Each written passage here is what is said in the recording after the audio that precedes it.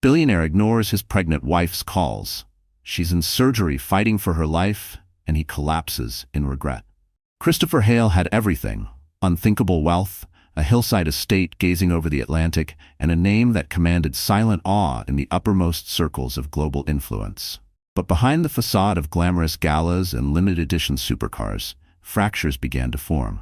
His pregnant wife, Liana, pleaded for a moment of his attention. Just one call, a few words to comfort her at her most fragile moment. Christopher, however, was engrossed in sealing multi-billion-dollar ventures and networking with the world's elite, rejecting every call she made. He didn't know that Liana was on the brink of the most harrowing fight of her life, and soon he would be forced to face the weight of shattering remorse. Christopher Hale wasn't born into affluence. He fought his way up with raw talent, iron resolve, and a streak of fearless ambition. By age 20, he was already gaining notoriety as a sharp-minded tech innovator, having founded a niche software company that quickly caught the attention of major investors like Benchmark Capital and Lightspeed. By 25, he had exited with an 8-figure deal. It wasn't long before headlines began calling him the next Elon Musk. Though Christopher always rejected comparisons, he wasn't interested in walking in anyone's shadow. From that moment, success poured in like confetti. His stocks soared. Strategic alliances sprang up from every continent. Within a few years, he joined elite philanthropic circuits, exchanging ideas with leaders like Melinda Gates at global health summits and forming ties with Oscar-winning celebrities. But beneath every handshaking photo op and dazzling interview, Christopher carried memories of coding in a dim Brooklyn apartment, living on microwave noodles, working straight through the night. Those memories fueled his grit in boardroom battles and his unrelenting refusal to ever live in scarcity again. The estate he now called home stood high atop a coastal ridge in Newport, a breathtaking architectural statement in glass and steel. Its expansive windows revealed uninterrupted views of ocean and skyline. A rooftop helipad, a mirrored pool, and gardens that rolled toward the sea announced to the world that Christopher Hale had, without question, arrived. The tabloids called it the Hale Fortress. But Christopher shared it with someone far more important than any of that: his wife, Liana.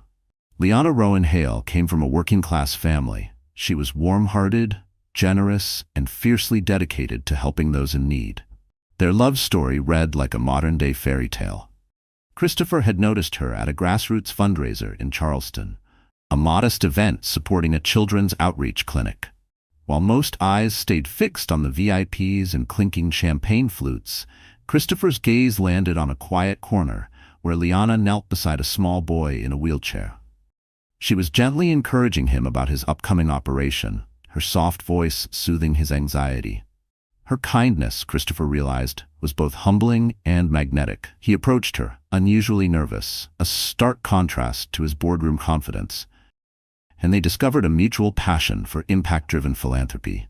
6 months later, they were married on a private beach in the Virgin Islands, waves brushing the sand beneath a painted sky. The society pages splashed their wedding photos, showing a radiant couple who seemed to have it all. For a time, they truly did. He approached her, introduced himself shyly, an unusual moment for a man who typically closed multi-million-dollar contracts without flinching, and discovered they both had a deep-rooted passion for humanitarian work. 6 months later, they exchanged vows on a secluded beach in Turks and Caicos, with the waves lapping gently at the shore beneath a spectacular golden sunset. The photos graced the pages of glossy lifestyle magazines, capturing a glowing couple who seemed to personify hope and happiness. At first, their marriage felt like a dream. They traveled together for both work and leisure: Paris, Seoul, Cape Town, always taking time to immerse themselves in the local culture. Where Christopher's business instincts shone, Liana's compassion and openness won hearts. She became a vocal supporter of maternal health initiatives and started advocating for healthcare reform in underserved regions, leveraging her platform as Mrs. Hale to drive meaningful change. But as the years progressed, Christopher's ventures expanded. The deals became larger, the stakes higher, and the nights longer. Late hours at his downtown headquarters began to replace quiet dinners at home, and the steady hum of back-to-back phone calls began intruding on their once sacred time together. He was no longer the hopeful young founder full of lofty ideals. He had evolved into a formidable figure in the global market, his life dominated by corporate boards, international acquisitions, and high-stakes negotiations. Every minute offline felt like a liability to him, a chance for a competitor to move faster, push further. Liana sensed the change. At first, she would remind him gently that time together mattered. "We still have us. Don't lose that," she would whisper whenever she found him pacing at 3 a.m., glued to a conference call with partners in Hong Kong. He'd kiss her forehead and promise just 5 more minutes before disappearing into his study for the rest of the night. When Liana found out she was pregnant, her entire being lit up with uncontainable joy. She looked forward to filling their grand estate with warmth and laughter. She imagined a softly decorated nursery, a wooden rocker by the window, and nights filled with lullabies and whispered bedtime tales. She pictured Christopher powering down his phone in the evenings so they could marvel together at the miracle of creating a life. But the timing of her pregnancy collided with a volatile financial landscape that demanded Christopher's undivided focus. Global markets were swinging unpredictably, investor confidence was shaky, and supply chains were crumbling under pressure. Each day felt like a crisis to manage, a storm to outrun. Instead of stepping back, Christopher pushed harder. He told Liana, "This is all for the baby. I want our child to have everything, the best life possible. Just a little longer and things will settle down." And she believed him. He had never failed her before. Still, a quiet part of her wondered, had Christopher become addicted to the game itself? It wasn't just the money anymore. It was the thrill of the negotiation, the surge of power in the boardroom, the intoxicating control of shaping futures. The power he held in the boardroom, the ability to make or break entire corporations with a single decision, was intoxicating. It was risky and exhilarating. As Liana's pregnancy progressed, she tried to remain engaged in her charitable initiatives, but her body began urging her to slow down. Small health flags started to appear, brief moments of faintness, sudden dizziness, and her obstetrician, Dr. Eliza Chan, advised her firmly to minimize stress. What she needed more than anything was Christopher's presence. But more often than not, when she called him, the line went unanswered. Late at night, she'd wake up to find the space beside her in bed still empty. The house staff would offer her chamomile tea or warm compresses, doing their best to comfort her. But it wasn't what she needed. She needed Christopher's embrace, his voice, his reassurance. She needed to feel like she wasn't carrying this transformation alone. Still, she held on to the hope that once their child was born, he would see. He would cradle their newborn in his arms and realize that no deal, no acquisition could ever compare. She clung to that belief with every gentle kick inside her, whispering promises to the life growing within her. But fate, unbeknownst to them both, had its own plan. The signs of serious pregnancy complications were already present, subtle but ominous, quietly gathering strength, waiting for one misstep to tip everything into chaos. To outsiders, Liana's pregnancy appeared smooth and radiant. Her face glowed, her smile was serene, and her tailored maternity gowns flattered her growing figure. She continued making appearances at benefit events, though less frequently, and she sat for interviews promoting maternal health care, advocating for policy shifts to protect mothers and children. But beneath that poised exterior, her body was trying to speak. She noticed herself getting winded from simple tasks. Standing too long blurred her vision. Walking up the grand staircase left her heart pounding so loudly it echoed in her ears. And sometimes in the quiet of the night, she felt a tightness in her chest, an unsettling weight she couldn't quite name. Each time she brushed it off. This must be typical pregnancy discomfort, she reasoned. Dr. Chan had once said that no two pregnancies were the same. Each came with its quirks. So Liana convinced herself this was all normal. It was all part of the journey, she told herself. Her checkups with Dr. Eliza Chan initially seemed routine. A leading obstetrician at the prestigious Marlowe Medical Center in Boston, Dr. Chan had handled countless high-profile pregnancies. She scheduled monthly appointments, always ending each session with a gentle reminder, "If anything feels unusual, Liana, don't hesitate to call." Liana listened, but a part of her, didn't want to be that overly anxious first-time mom who ran to the doctor with every minor ache.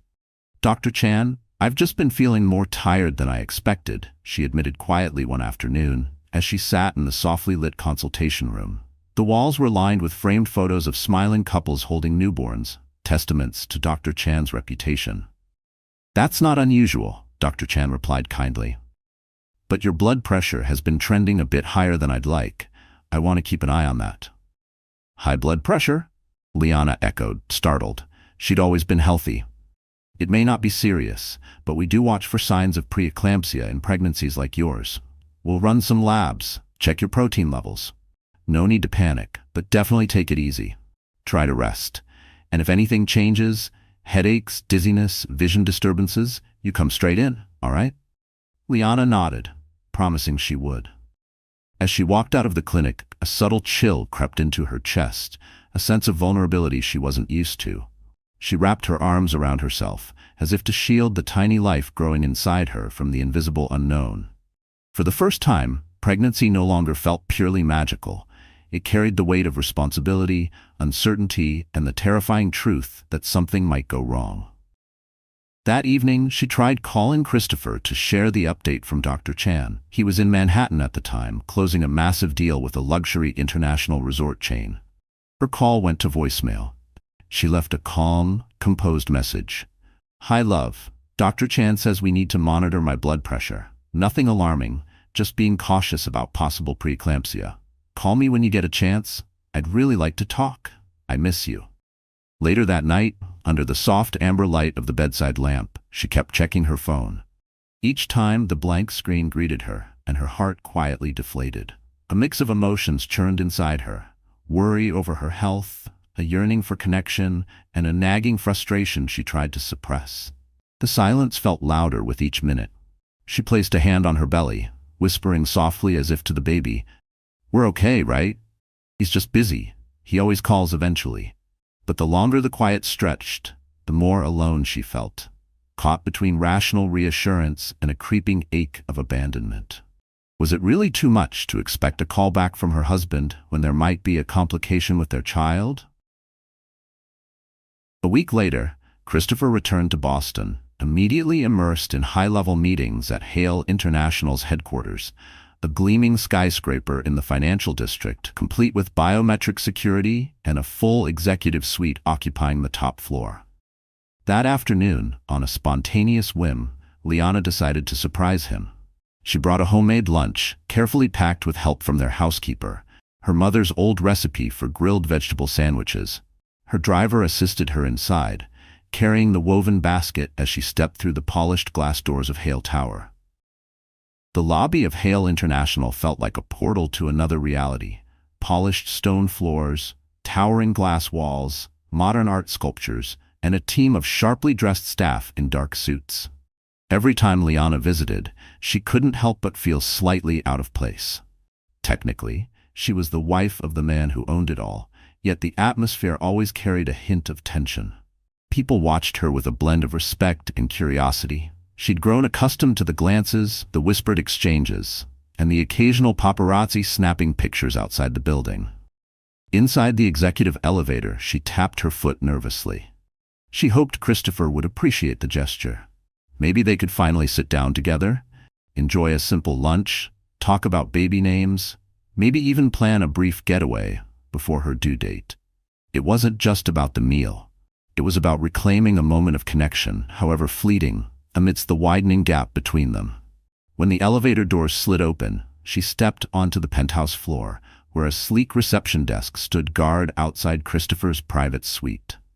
"Mrs. Hale," said the receptionist, a young woman named Amara, rising quickly from behind the desk. "I wasn't expecting you today. Let me just check if Mr. Hale—" Before she could finish, Christopher's executive assistant, Julian, appeared from behind the glass doors. His face was perfectly composed, every bit the image of corporate courtesy. "Liana," he greeted her smoothly. "What a lovely surprise." She returned his smile, though something in his tone made her feel more like a disruption than a welcome guest. "I brought Christopher some lunch. Is he available?" she asked gently. Julian glanced at the screen on his tablet and hesitated. He's currently on a critical call with an international investment board. It's been on the calendar for weeks. I'm afraid I can't say when he'll be free. Liana's shoulders lowered slightly. She didn't want to impose, but a ripple of frustration stirred inside her. The warmth of anticipation she had carried now curdled into uncertainty.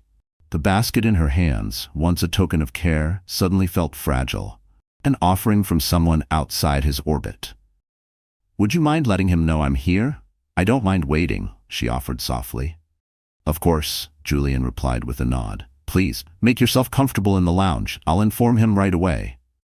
The waiting area was immaculate. White leather seating, modern abstract art, and tall bamboo plants lining the walls. Liana sat down, drawing a slow breath. Her heart fluttered unsteadily, the anxiety beneath her calm exterior rising quietly. She glanced at the polished marble floor, her reflection looking back at her, blurred like her place in Christopher's world. After several long minutes, Christopher appeared. He was speaking quickly into his earpiece, not even glancing her way. "Yes, I hear you," he said, striding across the room. He raised a finger toward her briefly, signaling he needed another moment, and kept walking. "No, we're not increasing the offer. This is our final proposal. They can accept or walk. I'll have Julian send over the revisions." At last, he tapped the side of the device, muting the call. "Liana, is something wrong?" he asked, his voice edged with impatience rather than concern. She stood, forcing a smile. "I just came by to surprise you with lunch." She lifted the basket slightly. "It's your favorite, grilled vegetable sandwich, remember?" she said gently. Christopher's eyes flicked down to it, then back to the screen of his phone. "I'm sorry, Liana. I can't stop right now. We're about to finalize a major agreement in Singapore. The timing's sensitive." Her lips quivered. "I know you're busy, but Christopher, I left you messages. I'm worried. Dr. Chan says I need to take this seriously. My blood pressure is still elevated." He cut her off with a brisk nod. "Yes, I got your voicemail. Are you okay right now?" She blinked, caught off guard. I guess so. Physically, at this moment, yes, but this is ongoing, and I really need." For a brief second, Christopher hesitated. Seeing her standing there, basket in hand, eyes filled with concern, stirred something inside him. Guilt, perhaps, or shame. She looked so out of place in this world of sharp suits and power negotiations. A flicker of vulnerability passed through him, not because she was here, but because he knew he had chosen to ignore her voice too many times. His phone buzzed again. He checked it, then looked back at her.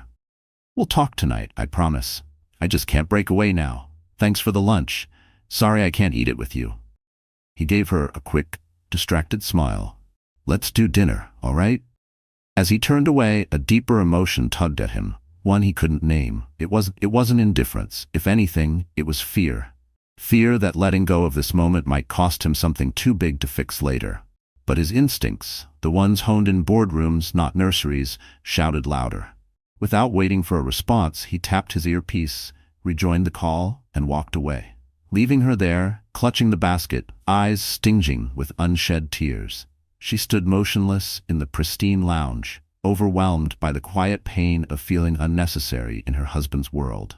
That evening, he came home earlier than usual, around 8 p.m. Liana was curled up on the living room couch, flipping through a magazine without interest.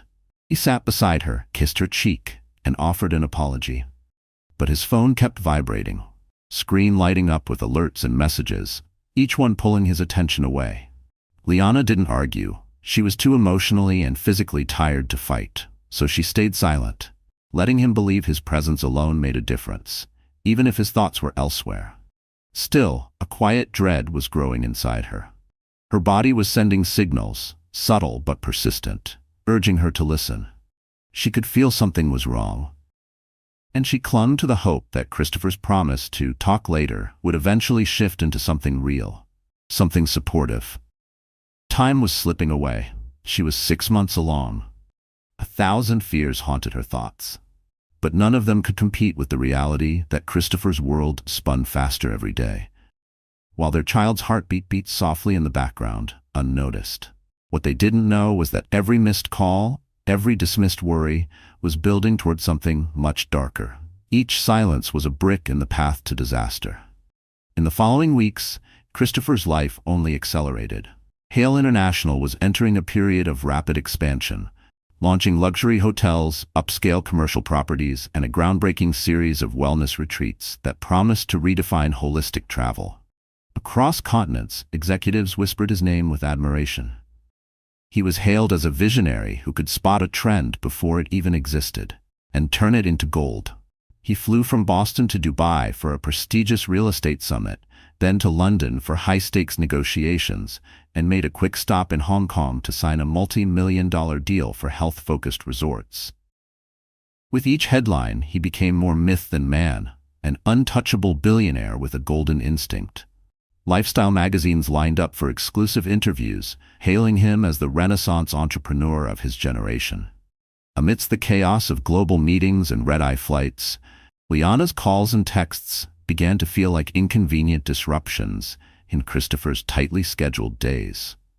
He still loved her, he told himself that often, but hearing her voice on the line reminded him of things he didn't feel equipped to face. He convinced himself she was exaggerating. After all, Dr. Chan hadn't said anything that sounded truly alarming. So each time Liana's name lit up on his screen, he mentally promised himself to return the call. But there was always another meeting, another negotiation, another fire to put out. Back in Boston, Liana was far from okay. Her symptoms intensified. What started as dull headaches soon escalated into piercing migraines. Her feet swelled so badly it hurt to walk, and even climbing a single set of stairs left her lightheaded and on the brink of fainting.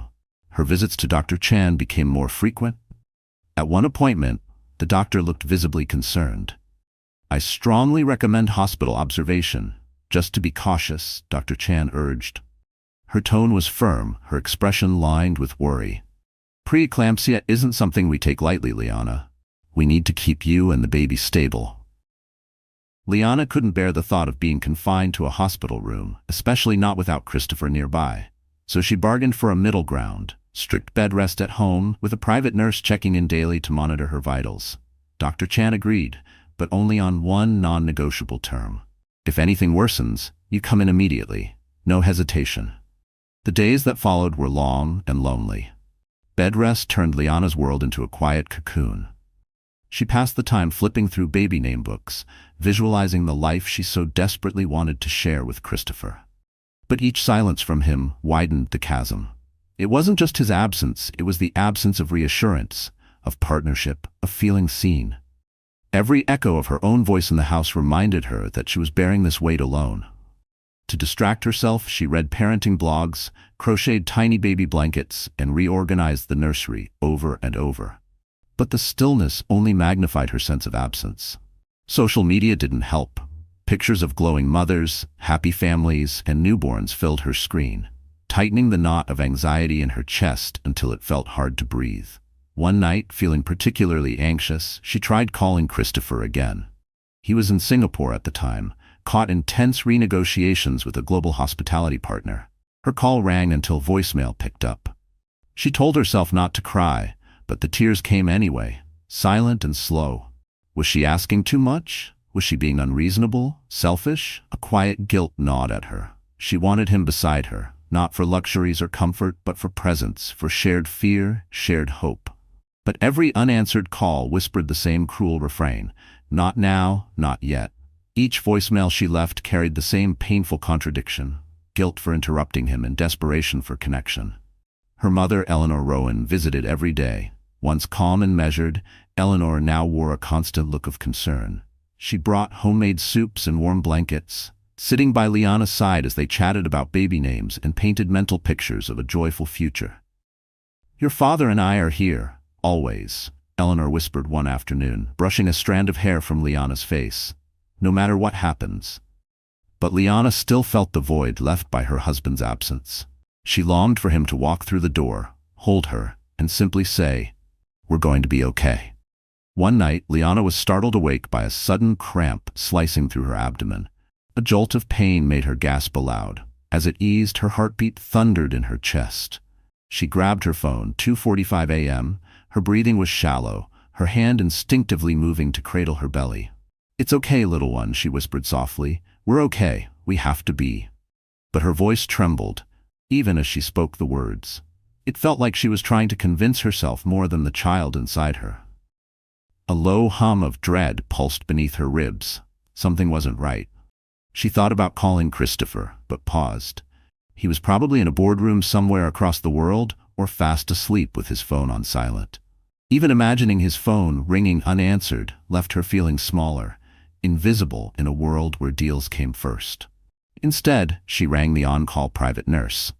The nurse arrived quickly, ran a full assessment, and found her blood pressure dangerously elevated. She urged Liana to go to the hospital, but after an hour of rest and hydration, the pain subsided, and Liana, drained and frightened, insisted it must have been a false alarm.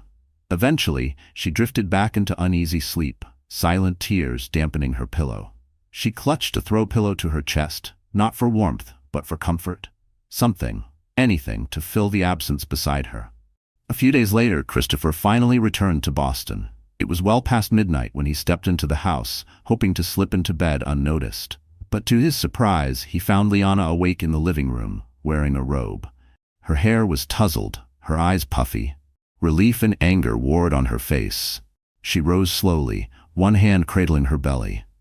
"You're home," she whispered, her voice trembling. He exhaled, setting down his suitcase. "I'm sorry it's so late. The flight was delayed." "How are you?" The question came out flat, robotic, like he was asking a colleague how a meeting had gone. Liana stared at him, eyes glistening. "How do you think I am, Christopher?" Her voice cracked. "I'm scared. My blood pressure's climbing. The baby, our baby, is at risk." Christopher's expression faltered, guilt flickering across his face. "Why didn't you go to the hospital?" he asked gently. "You know we can afford the best, private care, whatever you need." She shook her head, anger swelling beneath the exhaustion. "That's not what I need," she snapped. "I need you, my husband, my partner, someone who answers the phone when I'm scared I might lose our baby. The nurses have been wonderful. My mom has been by every day. But they're not you." Her voice cracked again, and her fingers curled instinctively around the edge of the robe, as if holding herself together was the only thing keeping her upright. He moved closer, arms reaching out, but she stepped back, her eyes swimming with hurt. The rejection hit him hard. He could finally see the weight she'd been carrying alone, the distance he'd created. Still, somewhere deep inside, he bristled. He had been working nonstop, for her, for the child, for the life they were building. "Liana," he said evenly, fighting to stay composed. "I know you're scared, but you have to understand I'm juggling enormous deals. These aren't distractions. They're about building generational wealth for our family. For our child." She looked at him in disbelief, like she no longer recognized the man standing in front of her. "I'd trade all the wealth in the world for a healthy baby and a present husband." Her words hung in the air, taut and heavy. A tense silence settled between them. Christopher glanced around the grand living room. Vaulted ceilings, curated artwork, the delicate scent of fresh lilies drifting from the arrangement on the coffee table. He stood in the middle of everything money could buy, yet he felt utterly powerless. "All right," he said softly, stepping toward her, placing a tentative hand on her shoulder. "I'm here now. Let me fix this. I'll cancel a few meetings, we'll go to Dr. Chan together, and if things are serious, I swear, I'll put it all on hold." Liana's eyes locked with his, searching for honesty in his face. After a long pause, she nodded. "I just need you to mean it this time. No more ignoring me." "I promise," he replied, gently pulling her into his arms, careful not to press too closely to her belly. She rested her head against his chest, her tears soaking quietly into his shirt. For that fleeting moment, they were together, bound by love and a fragile vow of something better. Then his phone buzzed. Both of them froze. Christopher silenced it immediately, but the room filled once more with unspoken tension. Liana closed her eyes, willing this moment to be the turning point, hoping he would finally choose her and the baby over the endless clamor of boardrooms and business. In the days that followed, Christopher did try. He adjusted his schedule, moved meetings to early mornings or late nights so he could accompany Liana to her doctor visits. He drove her to Marlowe Medical himself. Dr. Chan was cautiously optimistic, but continued to emphasize the risks of preeclampsia. She insisted on strict monitoring, minimal stress, and vigilance at home. Christopher helped Liana to the couch, brought her glasses of water, and sat beside her as they talked about baby names. The intimacy felt delicate, like a soap bubble suspended in air, too fragile to touch. They were trying, but the outside world didn't stop. Deals still demanded signatures. Investors still expected FaceTime. Even as he carved out space for her, urgent messages still found their way in. Some nights, Christopher was up until 3 a.m. on international calls. Liana would wake, watching the soft glow of his phone light up his strained face. He'd sense her gaze, slip quietly back into bed, kiss her forehead, his way of saying, "I'm here," even if part of him wasn't. Their foundation wobbled on uncertain ground. Love was present, yes, but so was exhaustion. Reality chipped away at their efforts. And in the background, something unseen waited. A complication that no contract or checkbook could fend off. Like a silent storm gathering strength. The day everything changed began with sunlight flooding their Boston estate in warm gold. The sky glowed in vibrant shades of pink and orange, a peaceful canvas that offered no hint of what lay ahead. Liana woke with a dull, pressing headache. She instinctively reached for her phone, checking for a message from Christopher. He had left early that morning for what he described as an absolutely unmissable meeting. No note. No text. No missed call. Just a hollow space in their shared bed. Liana closed her eyes, breathing in slowly, telling herself to stay calm. Stress would only make things worse. She repeated silently that he must have had no choice, that this meeting was crucial enough to justify slipping out before dawn. Her nurse was scheduled to arrive within a couple of hours to check her vitals. In the meantime, she sat on the couch with a mug of herbal tea and a newborn care book, trying to calm the restless flutter in her stomach. Meanwhile, Christopher was across the city at the Millionaire Hall, an exclusive venue in downtown Boston reserved for high-level gatherings. Today, he was hosting executives from Bort International, a powerful European conglomerate led by CEO Christophe Moreau. If Christopher could lock in this partnership, it would elevate Hale International to a dominant position in the European luxury market. Media speculation had already begun swirling about a possible multi-billion-dollar alliance. The boardroom was a masterpiece of design. Floor-to-ceiling windows offered a breathtaking view of the skyline. A sleek mahogany table stretched across the room beneath recessed lighting. Stylized water carafes, crystal glasses, and a selection of gourmet pastries adorned the center. Christopher and his team were polished to perfection. Tailored suits, calm confidence. He looked the part. Navy suit, burgundy tie, every hair in place. His posture was perfect, unshaken, but behind the composed mask a pang of guilt simmered. He had left Liana again, despite promising he wouldn't, despite knowing how fragile things had become. Still, the scale of this deal drowned out the whisper of doubt. This wasn't just another opportunity. It was the opportunity. The meeting began with pleasantries and a meticulously prepared presentation showcasing the synergies between Hale and Bort. Projections in the billions, global expansion, market dominance. By mid-morning, the conversation had shifted into detailed negotiations. Questions flew, terms adjusted, timelines discussed. Christopher's phone vibrated several times, but he ignored it. He'd instructed Julian to screen his calls. If Liana reached out, Julian would notify him privately. But so far, no message. 2 hours in, the air in the room was electric. They were closing in on a preliminary agreement, ambition hanging heavy in the space like fine cologne. Just past noon, the group broke for a recess. Christopher stepped into the corridor, finally glancing at his phone. There were missed calls from an unfamiliar local number and a text from Julian that read, "We have an urgent situation regarding Mrs. Hale." His pulse quickened. Without hesitation, he called Julian. "Christopher?" Julian answered instantly, voice taut. "What's going on?" Christopher demanded. "Liana's nurse tried calling you. She couldn't get through. Liana collapsed at home. They've taken her to Marlowe Medical." The words struck Christopher like a hammer to the chest. His breath caught. "What do you mean? Collapsed?" he asked, his voice tight with fear. "It's serious," Julian said. "Her blood pressure spiked. They're running emergency tests now. Dr. Chan is with her. You need to get there." Christopher ended the call without replying. A chill settled in his bones as his fingers went numb. In the boardroom, executives waited for his return, but in that instant, none of it mattered. Only Liana. He stepped back into the conference room, face pale, voice unsteady. I'm sorry, I have to excuse myself, he said, addressing Christophe Moreau and the Bort team. There's a family emergency. My team will continue in my absence. Without waiting for a reply, he grabbed his briefcase and left, ignoring the wave of concern and confusion behind him. Outside, his driver, Marcus, stood by the black SUV. To Marlowe Medical, Christopher barked, his voice shaking. The drive felt eternal. Every red light, every sluggish car in front of them felt like a personal assault. His foot tapped involuntarily. His hands balled into fists. He thought about every call from Liana he hadn't answered, every message he'd dismissed as poor timing. The guilt was deafening. He tried calling Dr. Chan, straight to voicemail. His throat tightened, panic clawing at him.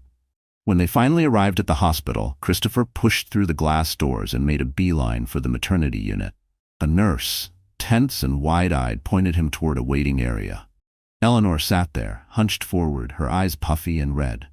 "What happened?" he asked, voice cracking. Eleanor looked up, her gaze a mix of anguish and fury. "Where were you, Christopher?" "She's been calling and calling. Her nurse found her unconscious." Her voice wavered. "They said it's a severe case of preeclampsia, possibly HELP syndrome." The acronym hit him like a punch. His knees buckled slightly, and he had to fight to stay upright. "Where is she now?" "They're taking her into emergency surgery." "A C-section," Eleanor whispered. "She's only 7 months along, but they can't wait." The baby's heart rate was dropping. Christopher stood frozen, powerless. Everything slowed. The lights above felt harsh, the sterile white walls closed in around him like a cage. His mind scrambled for something, anything to say. But his throat clenched too tightly to speak. Then Dr. Eliza Chan emerged from the double doors, her expression steeled by experience, yet shadowed by real concern. Her scrubs were wrinkled, her tone calm but urgent. "Liana's condition is critical," she said, raising a hand as he tried to speak. "We're performing an emergency C-section. It's the only way to save both mother and child. Her blood pressure is dangerously high. Her liver enzymes are elevated. Platelets are dropping. This is classic HELP syndrome." "HELP syndrome, we need to act fast." Christopher swallowed hard. "But she'll survive, right? And the baby?" "We're doing everything we can," Dr. Chan replied, her expression tight with focus. "Pray." With that, the doctor turned and disappeared through the surgical doors. Christopher collapsed into a nearby chair. Eleanor sank down beside him, tears streaking silently down her face. He hesitated, then reached for her hand, unsure if he even had the right to seek comfort from the woman whose daughter he had neglected so profoundly. They sat in silence. Minutes crawled by, each one heavier than the last. Every second stretched into eternity. Christopher's thoughts churned, memories of ignored calls, dismissed concerns, promises made without conviction. Every time he'd prioritized a deal over the life forming inside Liana's womb, now felt like a sharp blade carving into his conscience. He began to pray, not in any practiced way but in desperate pleas. "Please, give me another chance. Let them live. I'll change. I swear." In the operating room, surgical lights glared over Liana's unconscious body. The medical team moved in swift, synchronized rhythm. Dr. Chan led with commanding precision, calling out instructions to nurses and the anesthesiologist. The baby was in distress. Liana's vitals were unstable, her heart rate spiking and crashing erratically. Outside, more family members began to arrive. Liana's younger sister Melinda rushed in alongside several close friends. Faces were pale, eyes rimmed with red. Soft murmurs of concern passed between them, but nothing dulled the edge of fear. For Christopher, despite the crowd, the loneliness was suffocating. He had never felt more isolated in his life. At last, another doctor emerged through the swinging doors. He pulled down his surgical mask slowly. "Mr. Hale?" Christopher stood on shaky legs, Eleanor right behind him. "Yes," he breathed. The doctor gave a weary but steady nod. "We were able to deliver the baby, a boy. He's premature but stable for now. He's been moved to the neonatal intensive care unit." Christopher's heart surged for a second, but then the doctor continued. "Liana's condition remains very serious. Her blood pressure is still critically high. She's lost a significant amount of blood. We're doing everything we can to manage possible organ damage." Relief for his son was instantly eclipsed by dread for Liana. "Can I see her?" "She's in recovery, still unconscious and still in danger. But yes, you can go in, briefly." Gripping Eleanor's hand, Christopher moved slowly down the corridor toward the recovery ward, his heart beat loud in his ears. Inside the room, the sounds of beeping monitors filled the air. Liana lay pale and unmoving in the bed, surrounded by tubes and wires. Her face looked almost unfamiliar, drained of color, drawn thin by the ordeal. An IV fed medication into her arm, while machines tracked every heartbeat, every breath. While monitors displayed a steady stream of fluctuating data, Christopher moved cautiously toward the hospital bed, terrified of doing anything that might worsen her condition. He gently brushed a strand of hair from Liana's forehead, startled by how cold her skin felt. "Liana," he whispered, his voice cracking. "I'm here. I'm so sorry." Her eyelids fluttered slightly, as if trying to respond, but she remained unconscious. A nurse entered quietly, checking the IV drip and adjusting the monitor settings. Christopher lingered by the bedside, helpless and desperate. "Will she wake up soon?" he asked, his voice tight with fear. The nurse answered with quiet reassurance. "We hope so. Her body's been through a tremendous shock. Right now she just needs time to stabilize. The next 24 hours are critical." Her tone was calm, but Christopher caught the slight hesitation in her voice, the practiced balance between hope and caution that only came from years of witnessing uncertain recoveries. He nodded and stepped aside, giving the nurse space to work. Then his eyes returned to his wife. Still, pale, silent. In his mind, flashes of their life together began to rise. He saw her again on their wedding day, radiant under the golden sunset of the Nantucket beach where they'd exchanged vows. He remembered spotting her for the first time at that charity fundraiser for the Children's Hospital, how her gentleness with a sick child had pierced through the noise of the crowd and stolen his attention entirely. In those memories, he saw a man who had once sworn to protect her, love her, put her first. Where had that man gone? Guilt surged inside him like a crashing wave. He sank into a chair beside the bed and buried his face in his hands. This was his fault. All of it. The silence in the room was deafening, interrupted only by the soft beep of machines, each one a cruel reminder of how close he had come to losing everything. He should have noticed the signs, should have been present, should have put everything on hold to be by her side.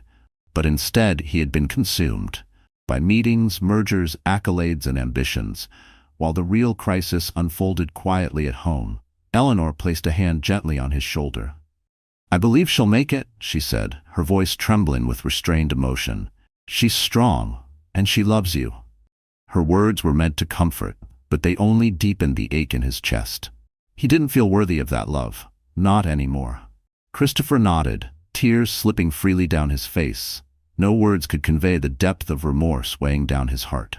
He remained by her side, whispering prayers into the quiet, pleas for her to return, for just one more chance. While Liana battled for her life, their newborn son faced his own fight inside the neonatal intensive care unit.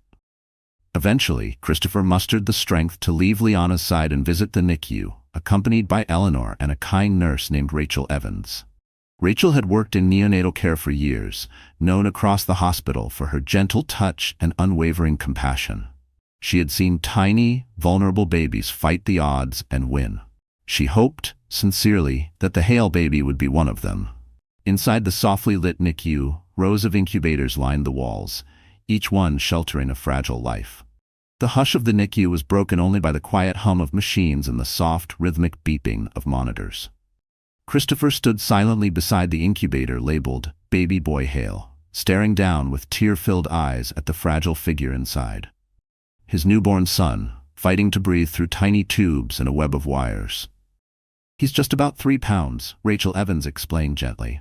"He's on oxygen support, but he's responsive. We're monitoring him closely for any signs of infection or complications." Eleanor brought a trembling hand to her chest, tears slipping freely. "He's so small." Christopher couldn't respond, his throat clenched under the weight of emotion, fear, awe, and a sudden, overwhelming rush of love he hadn't been prepared for. At last, he found his voice. "He's perfect," he whispered. In that moment, seeing his son so defenseless, the full reality of fatherhood hit him with devastating force. All the money, the accolades, the empire he had built, none of it mattered here. None of it could guarantee safety, health, or a happy ending. He realized then how utterly powerless he felt. No amount of strategic vision, No clever negotiation could shield this tiny life from harm. The vulnerability shook him to his core. He gently placed his palm against the incubator's glass. "Hey, little guy," he murmured. "I'm your dad, and I promise, as soon as you and your mom are better, I'm going to be there for you, always." Eleanor wrapped an arm around his shoulder. "He'll make it," she said, her voice thick with hope and fear, "and so will Liana."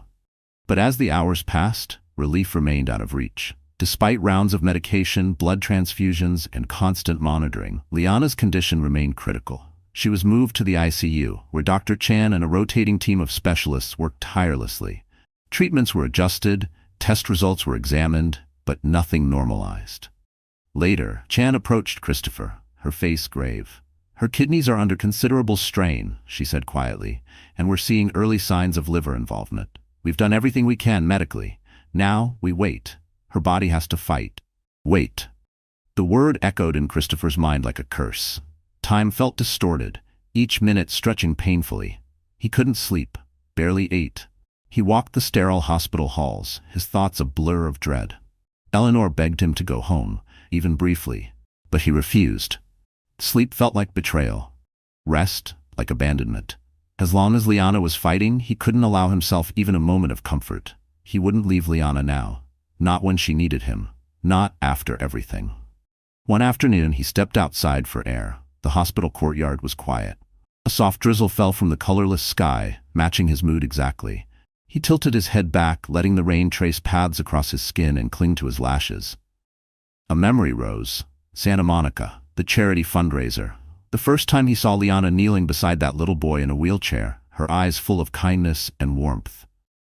Back then she was a stranger, yet she had radiated compassion. She had become the compass by which he measured everything good. She reminded him of what truly mattered in a world driven by ego and greed. But somewhere along the way, he had veered off course. He pulled out his phone, the device that had once symbolized endless demands, and stared at his lock screen. A photo of him and Liana, taken on a yacht during happier times, both smiling into the sunlight, frozen in a moment before things became so complicated. His thumb hovered over the contact list. For a moment, he considered it, canceling every deal, stepping down as CEO, even selling Hale International if that was what it took to earn a second chance with Liana. No contract, no business conquest was worth continuing in a world where she didn't exist. With hands trembling, Christopher called Julian. It rang once, then twice. Finally, it connected. "Christopher, how is everything?" Julian asked, clearly on edge. "Postpone everything," Christopher said firmly. "Every meeting, every call. I don't know when I'll be available, and if they push back, tell them it's a life-or-death family emergency." He hesitated, his voice cracked. "And if that means losing the deal, so be it." There was a pause. Then Julian's voice, steady but gentle. "I understand. It's done."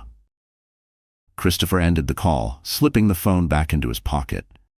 Rain began to fall harder now, but he didn't care. He stayed in the courtyard, eyes to the sky, letting the droplets run down his face, trying somehow to wash away the guilt that clung to every inch of him. The cold wetness soaked through his shirt and into his bones, but was nothing compared to the storm inside him. Every raindrop felt like penance, each one whispering, "Too late, too late." He welcomed the punishment. He murmured a quiet prayer. "Please, just let her be okay. I'll give up everything if she can come back to me." Liana's condition remained fragile over the next 48 hours. Christopher lived in a state of suspended terror, drifting between the ICU and the NICU, refusing to go home or rest for more than a few moments. He curled up in rigid chairs, woken by the smallest sounds, a soft monitor alarm, footsteps in the hallway. Every time he blinked, he saw her face pale, still, surrounded by machines. Even in sleep, images haunted him. Liana calling his name, her voice echoing in corridors of regret. He jolted awake more than once, sweat mixing with tears. He spent time with the baby too, watching that fragile, flickering heartbeat on the monitor, praying silently as the boy drew breath after breath under the hum of the NICU incubator. Doctors were cautiously optimistic.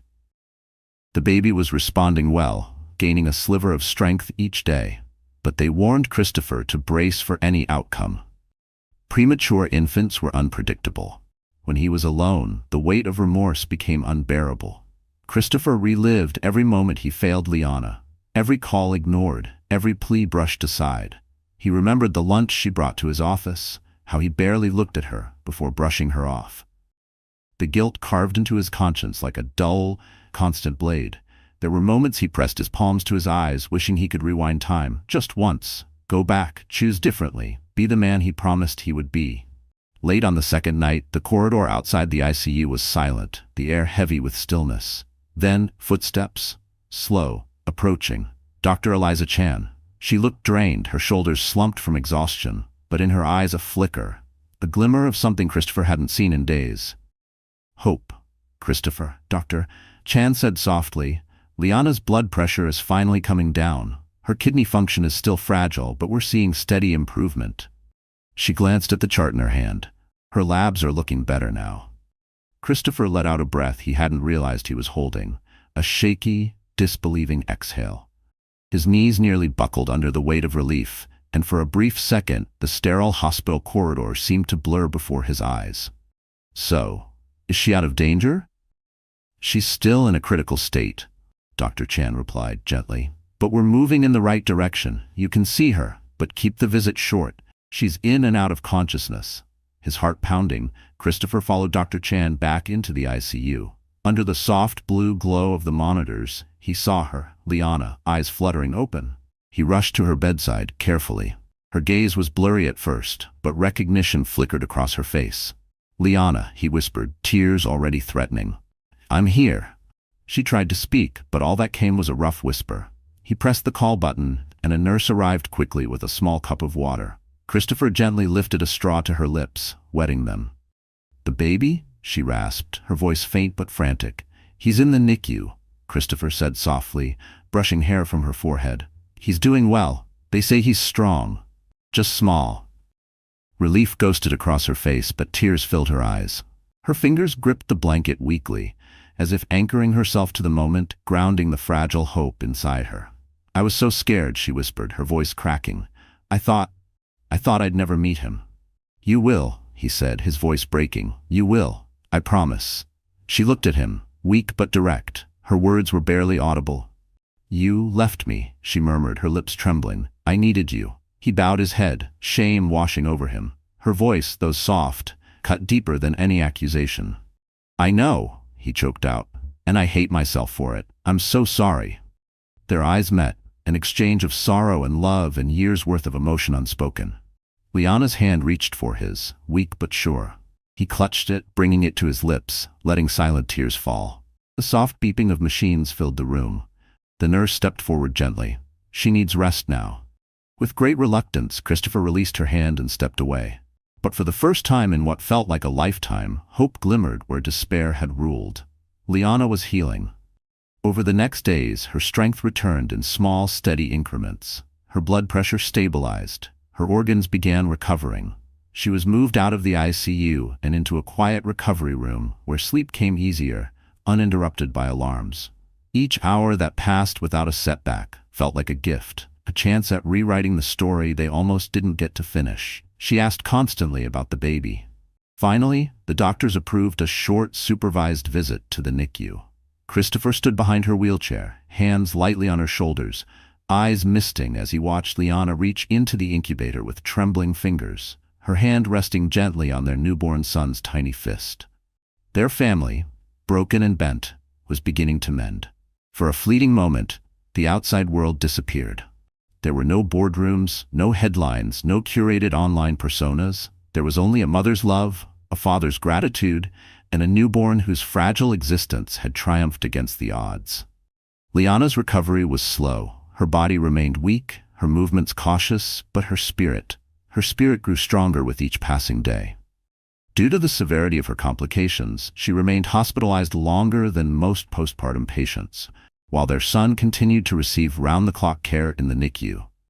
But they were alive, bound together by a harrowing experience that made every breath feel like a second chance. During this period, Christopher never left the hospital. He was always there, fetching water, adjusting window shades, helping Liana with pillows, lifting her gently when she needed support.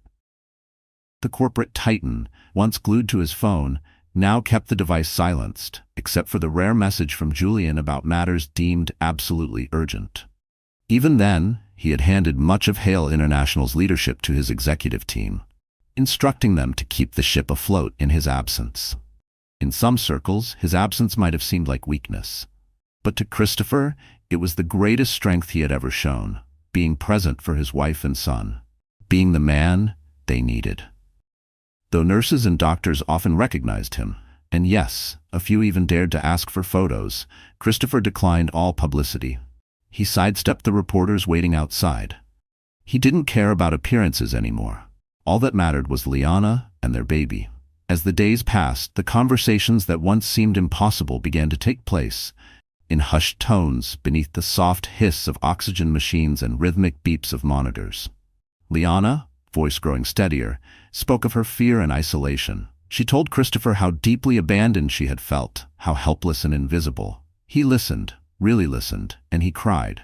He apologized, not with grand speeches, but with the humility of a man who had finally faced his failings. She forgave him, not in one moment, but slowly, carefully, piece by piece.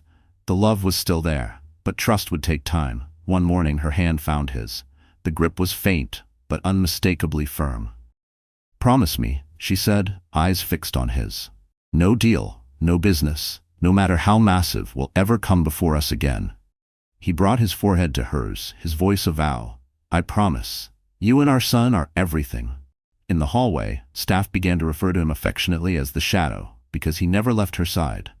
Nurses like Rachel Evans often remarked on how rarely they saw a partner so present, so devoted. Their words pierced Christopher's heart, because they were a reminder of who he hadn't always been. As their son grew stronger, the tubes began to come off.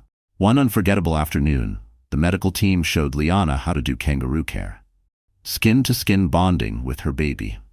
She trembled slightly as she held him to her chest, and when his tiny fingers wrapped around hers in a soft, instinctive grip, she broke into quiet sobs.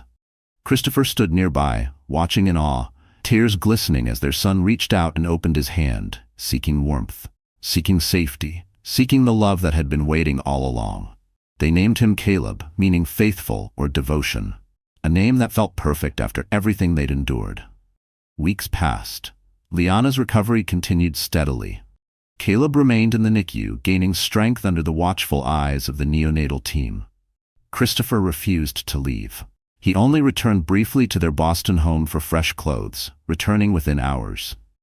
Each day brought small triumphs. Caleb gaining weight, regulating his breathing. Watching his son fight for every milestone, Christopher realized just how insignificant his business triumphs had become in comparison. Meanwhile, Hale International was under pressure. Shareholder tensions rose, and the once promising Board International deal stagnated. When Julian updated him about missed deadlines and board unrest, Christopher met the concerns with unwavering calm. "If the deal dies, it dies," he said. "My family comes first." Julian was surprised but respected his stance. Quietly, he handled the corporate fallout, privately admiring the transformation in his once relentlessly driven CEO. Though still recovering, Liana found joy in visiting Caleb's incubator, reading him lullabies, whispering gentle reassurances, and stroking his tiny hands. Late at night, she and Christopher talked, apologies flowing, promises made for a different future. One gentle conversation at a time, they began mending the broken parts of their bond.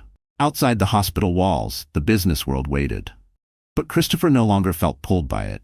His devotion was with Liana and Caleb, and in that miracle, he discovered life's truest riches. Weeks later, under the NICU team's dedicated care, Caleb was finally strong enough to go home. Liana, though still regaining her strength, wept as she carried him through the doors of their home, where a welcome home banner swayed gently. The nursery, once still and silent, now buzzed with warmth, soft toys, glowing nightlights, and the soothing hum of lullabies. Christopher, transformed, protective, humbled, marveled at how Caleb's tiny fingers clung to his. Each day brought new challenges, feedings, diaper changes, doctor visits, and yet each one felt like a blessing. He delegated Hale International's day-to-day to trusted executives. No global venture mattered more than his wife and son. One evening, as the Boston skyline shimmered through their penthouse windows, Liana held Caleb close and asked, "Do you regret stepping back?" Christopher shook his head, voice filled with quiet gratitude. Only that I didn't do it sooner. They exchanged a look, a vow without words. Never again would ambition come before family. In the following months, Christopher restructured parts of the company, proving to investors that leadership didn't mean sacrificing what mattered most. A landmark deal with Bellard & Co. affirmed that ethical success was still success. At home, Liana healed, and with grace and strength returned to her passion, advocating for maternal health. During her first public speech, she spoke candidly about high-risk pregnancies and her ordeal. Christopher stood off stage, cradling Caleb, eyes misted with pride. They had nearly lost everything. But love and second chances prevailed. In the end, Christopher Hale learned a lesson no billion-dollar merger could ever teach. That life's true wealth is not counted in profits or partnerships, but in presence, in love, in family. From the brink of tragedy, he emerged changed, a man who stepped back from an empire to cherish what he nearly lost. A healthy baby, a healing wife, and a promise to never let go again. So the story has come to an end, dear friends. You're still here, aren't you? If you've stayed with us this far, there's a good chance something in this story has touched your heart in a way you didn't expect. And now together, let's pause and reflect. This tale of Christopher and Liana isn't just about wealth or tragedy. It's a reminder of what truly matters when life strips away all the distractions. At its core, this is a story about presence, regret, and redemption. It speaks to all of us who've ever been too busy to pick up a call, too focused on success to see the pain in someone's eyes. In Christopher's fall and rise, we see ourselves. In Liana's quiet resilience, we remember the strength of love that asks for nothing but presence. The Stoics taught that true wealth lies not in possessions but in how we choose to live. As Marcus Aurelius once wrote, "You could leave life right now. Let that determine what you do and say and think." That urgency, the preciousness of now, is what Christopher forgot, and what he fought so hard to reclaim. So, if you're holding on to something unfinished, a call you haven't made, a hug you've postponed, maybe today's the day. Maybe this story is your nudge. And if this journey meant something to you, if it stirred something honest and raw, then share it. With someone who needs to be reminded, with someone who's always busy, with someone who might need a second chance. Like, share. Subscribe to this channel. Let's keep telling stories that heal, that wake us up, that say what needs to be said. Because, in the end, it's not the empire you build, but the people you come home to that define your legacy.